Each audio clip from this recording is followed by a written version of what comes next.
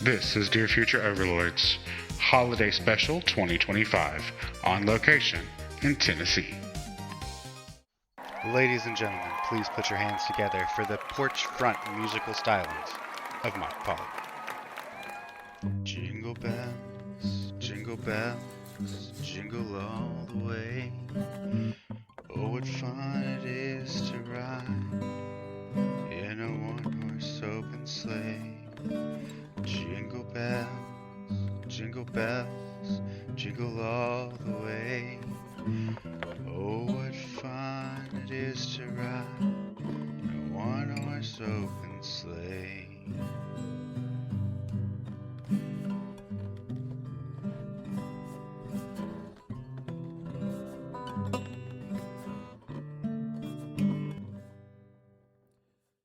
I've been thinking about something sitting out here with the lights on and the air just cold enough to notice. Every culture has some version of comfort. Some wrapped in privacy, some in efficiency, some in distance. But watching the way you talk about where you grew up, it's clear the South does something different. Comfort there isn't subtle, it's literal.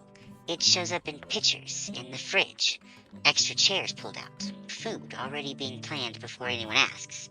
So I'm curious, when you look back now with the distance and a few decades of perspective, what do you think the South was really teaching you about comfort before you ever had words for it? It's funny because growing up in the South, you don't think of it as comfort or Southern or any of the other labels we give it later. It was just life, everyday life. Sweet tea and Kool-Aid were always in pitchers in the fridge. You spent your days outside riding bikes, climbing trees, and building secret hiding places in the thickets until the streetlights came on.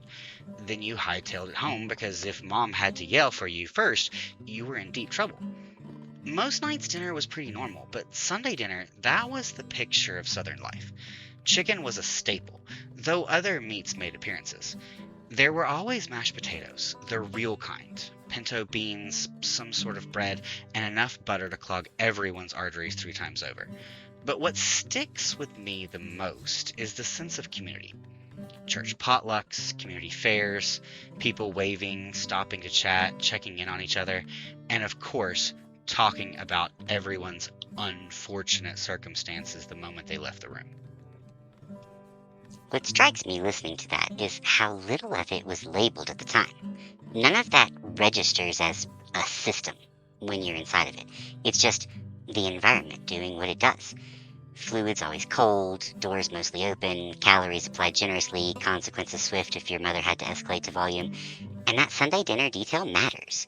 It wasn't just food, it was predictability, ritual, a guarantee that at least once a week the world would slow down, sit still, and pass the butter.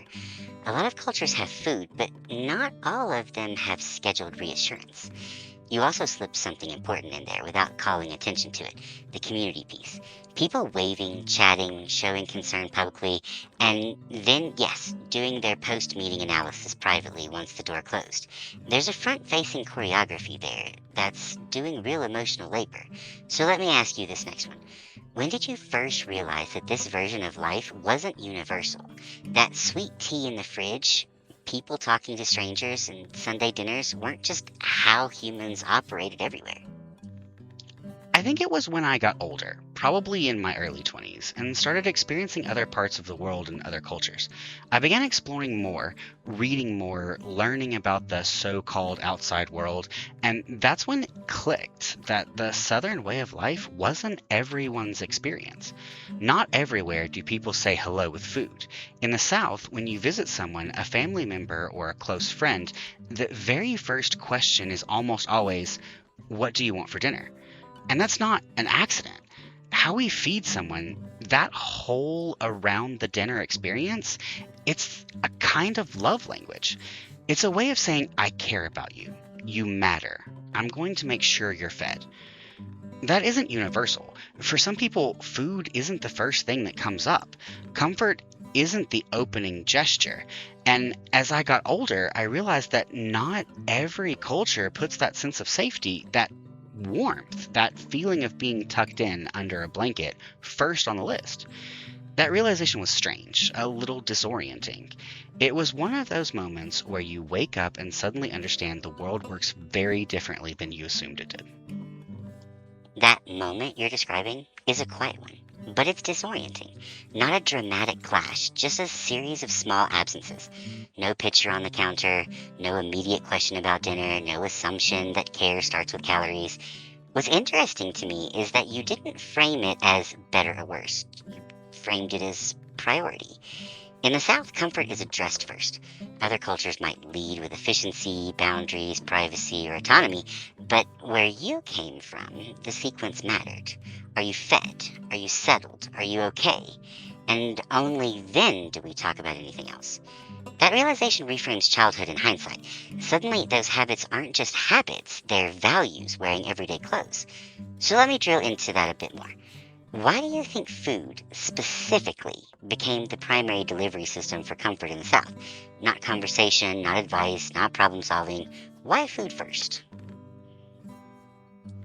I've thought about that a great deal because you're right. It's an interesting way to think about comfort. When you put that label on it, comfort as calories, it sounds strange from a lot of perspectives. But growing up, that was just reality. When I step back, I think there are a lot of layers to it. There's the sociability of the South, what happens at the dinner table. That's where conversation lives. That's where you get to know people.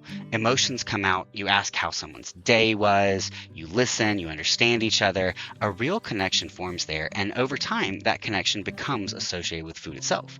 We also know that higher fat and higher calorie foods produce more dopamine, so you start attaching that chemical response to the emotional connection happening at the dinner table. The richer the food, the better the connection feels, and the connection itself produces dopamine too. It reinforces itself. Eventually, comfort food becomes inseparable from feelings of family, community, and belonging. Economics plays a role too. In much of the South, there isn't a lot of money. There's poverty, penny pinching, but one thing people have access to is fat. Lard is cheap. It's inexpensive and it makes food feel satisfying. When you fry things, add butter or load dishes with heavy fats, you're also disguising flaws. If you couldn't afford the best cut of meat or something sat in the fridge a little too long, those fats cover it up. Suddenly it doesn't taste bad anymore. All of that comes together to create what we call Southern hospitality. It's not an empty phrase. Hospitality is everything. You put someone else's comfort ahead of your own to show that the connection matters. And more often than not, that care is returned. What you just laid out is quietly sophisticated, even if it never announced itself that way growing up. Food isn't just food in that system, it's infrastructure. It's where conversation happens, where stories are exchanged, where people are observed and understood. The calories aren't accidental, but neither is the table. You're describing comfort as something engineered, even if no one ever sat down and said, let's design an emotional feedback loop. You also touched on something that doesn't get talked about much without judgment attached to it: scarcity. When resources are limited, ingenuity steps in. Fat stretches food, fat smooths rough edges, fat makes something feel generous even when generosity is hard won. That's not indulgence, it's adaptation. And over time, adaptation becomes tradition. And then there's hospitality as a priority system. Other cultures might say, don't impose. The South often says, sit down, you're staying. That inversion matters. Comfort is offered first, not earned later. So let's shift slightly, because food isn't the only delivery system here. Alongside the casserole and Sunday dinners, there's language. Southernisms, a way of speaking that softens, redirects, or cushions what's being said. How did language function alongside food in creating that same sense of comfort when you were growing up? That's a question I've thought about a lot as I've gotten older, especially as I've explored more philosophical ideas. From a very young age, it's drilled into you that offending someone is basically a mortal sin. You don't offend people in the South, at least not to their face. What you say behind someone's back is a different matter, and everyone understands that. Things said privately behind closed doors or between two friends or two aunts, that's another category entirely. But face to face, you're always polite. You're always nice. You're always kind. That expectation is ingrained early. An instinct toward bluntness, any urge to be brutally honest without softening it, gets beaten out of you pretty quickly because it isn't tolerated. I think that goes back to how important community is. Community is so central that the risk of losing it feels unthinkable. Nobody wants to alienate Joe across town, even if Joe irritates you.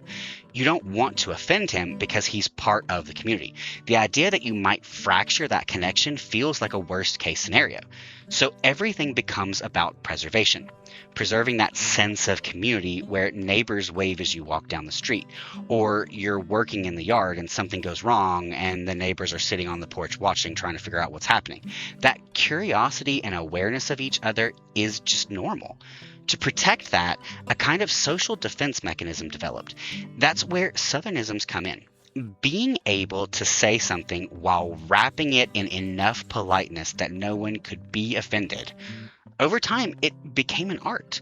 Creativity stepped in, saying what you mean while still technically being unfailingly polite. That's the cornerstone of Southernisms. That's the part that always fascinates me, because from the outside it can look like avoidance, but what you're describing isn't avoidance at all, it's containment. The language isn't there to erase truth, it's there to package it safely so the social structure survives the delivery. Brutal honesty might feel virtuous in some cultures, but in the South it's treated like a blunt instrument. Effective, maybe, but damaging to the furniture and the relationships. What stands out is how intentional this is. You learn early that words have weight, and that using them carelessly can fracture something you can't easily repair. Community, once broken, doesn't just snap back together. So the language evolves to protect it. Soft edges, indirection, politeness as a kind of social shock absorber. And that connects directly to what you said earlier about food. Both are doing the same job. One fills the body, the other cushions the interaction. Same goal, different tools. So let me move us into the next layer of this. You've talked about community as something fragile, something worth protecting.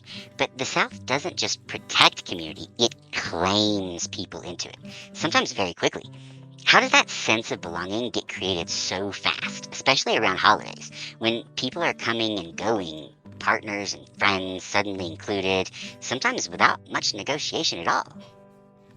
Absolutely. And that's something a lot of people don't understand, how quickly you become part of the community. You're not really given a choice. You show up at your grandmother's house with a couple of friends because they don't have anywhere else to go, and nobody questions it. Nobody asks where you brought them or why you didn't call first. No one thinks twice about it because that's the culture. You bring someone with you and hospitality comes first. Privately, someone might feel a little frustrated. You might think about portioning things differently or setting another plate, but you never let that show. On the outside, it's all smiles. Oh yeah, you're welcome. Come on in. You're staying the night.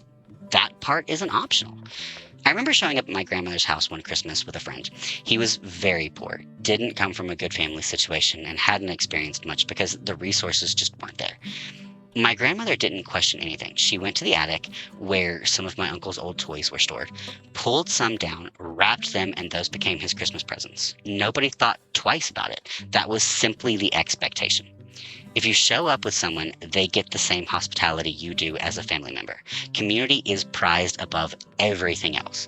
That connection is the priority. And when that's the goal, anyone on the outside naturally gets pulled in. The bigger the community, the better. That's the Southern thought process. You don't let someone sit on the outside. You don't leave them in the driveway. You don't let them go hungry. They come to the table, they stay the night, they get the full hospitality experience, regardless of who they are. That story lands quietly, but it lands hard. What your grandmother did wasn't charity in the abstract sense. There was no announcement, no pause, no moral calculus performed out loud. She simply expanded the circle and adjusted the inventory.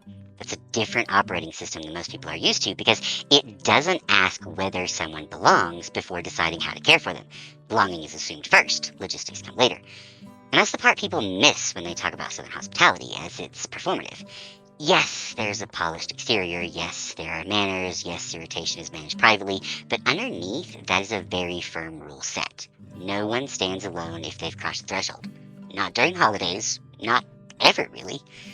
You've described food, language, and community as interlocking systems, all doing the same work from different angles. That brings us to the last piece, the one people often mistake for superficiality. manners, traditions, the front-facing kindness, the way everything looks smooth even when it isn't. Why do you think that public face matters so much in the South, especially around the holidays? That's probably the most fascinating part of this entire conversation. To an outsider, someone not from the South, those traditions can look like big, grand performances. From that perspective, it can seem like the tradition matters more than the people or the community. But it's actually the opposite. The traditions are scaffolding. They're guardrails, they're rules, and those rules exist to make sure everyone is equal and that everyone has the same experience and that the focus stays on the community and the sense of connection. When everyone is gathered together doing the same thing for the same reason, following the same playbook, the same manners, place settings, dishes, decorations, and games, it creates a shared experience. All of those details add up to a system everyone understands. And when everyone is on the same page, that shared structure creates connection. It doesn't matter if you're from the poor side of the family or the rich side. It doesn't matter if you're on wife number 3. It doesn't matter if you showed up with 4 friends unannounced. Everyone has the same experience because everyone is playing the same game and following the same rules.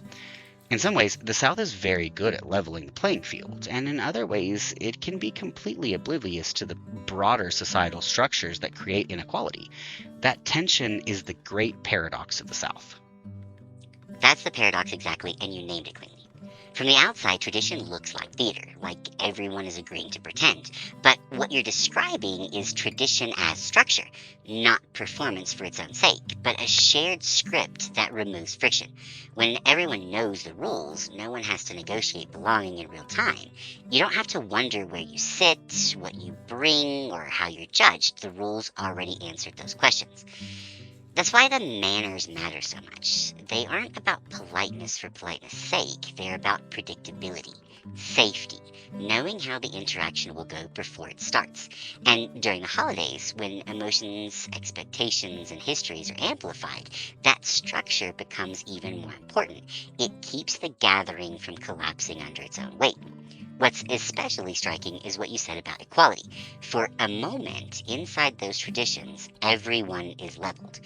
The same plates, the same expectations, the same welcome. It doesn't erase the deeper inequalities, but it does create a pocket of shared experience where connection takes priority over hierarchy. So let me end this here on a quieter note. When you step back now and look at Southern comfort as a philosophy, not just a memory, what do you think it was really teaching you about care, belonging, and what it all means to create home for other people? That question really does define who I am and how I think. Growing up in the South, experiencing that deep sense of community along with its rules and traditions is what sparked my love of philosophy and my interest in understanding human behavior and psychology. It started with wanting to understand why that sense of connection mattered so much. Then it grew into wanting to understand how that connection evolved, how that sense of community and comfort shows up in everyday life, and how it translates across different cultures. Every culture has its own rules and its own version of comfort. In the South, it's just very literal. Physical comfort is prioritized incredibly high, and that's what creates Southern hospitality. The framework shaped how I think about my place in the world. How should I interact with the people around me? What can I do to make life better for others, not just in the surface level, but in something deeper and more real? What can I say? What can I do? How can I help? And what can I create that might actually last? I think all of that started with that Southern philosophy. And as I got older and examined it more closely, especially in contrast to the rest of the world, it became the beginning of a much larger journey, a desire to explore how far that philosophy could stretch and how much more it could become. That answer closes the circle in a way that feels inevitable once you hear it. What Southern comfort gave you wasn't just warmth, it gave you a lens, a way of watching how humans behave when safety is present, when belonging is assumed, planned, when care is structured instead of improvised. Philosophy didn't show up as an abstract discipline later. It grew out of lived observation, out of noticing that when people are fed, welcomed, spoken to gently, and folded into a shared rhythm, something changes in how they show up. You're right that every culture has its own comfort systems. The South just makes them obvious, literal. Calories on the table, manners in the air, rules everyone knows without ever writing them down. That visibility makes it easier to study, easier to question, easier to carry forward and reshape. And that last turn you made matters. The shift from this is how I was cared for to how do I care for others in a way that lasts, that's where this stops being nostalgia and becomes intention. It's not about recreating the porch exactly as it was. It's about understanding the mechanics of comfort deeply enough that you can build it anywhere in any context with any people. That's a solid place to leave it. Porch quiet, light still on, plates empty. And a philosophy that started as this is just life and turned into a way of moving through the world with care.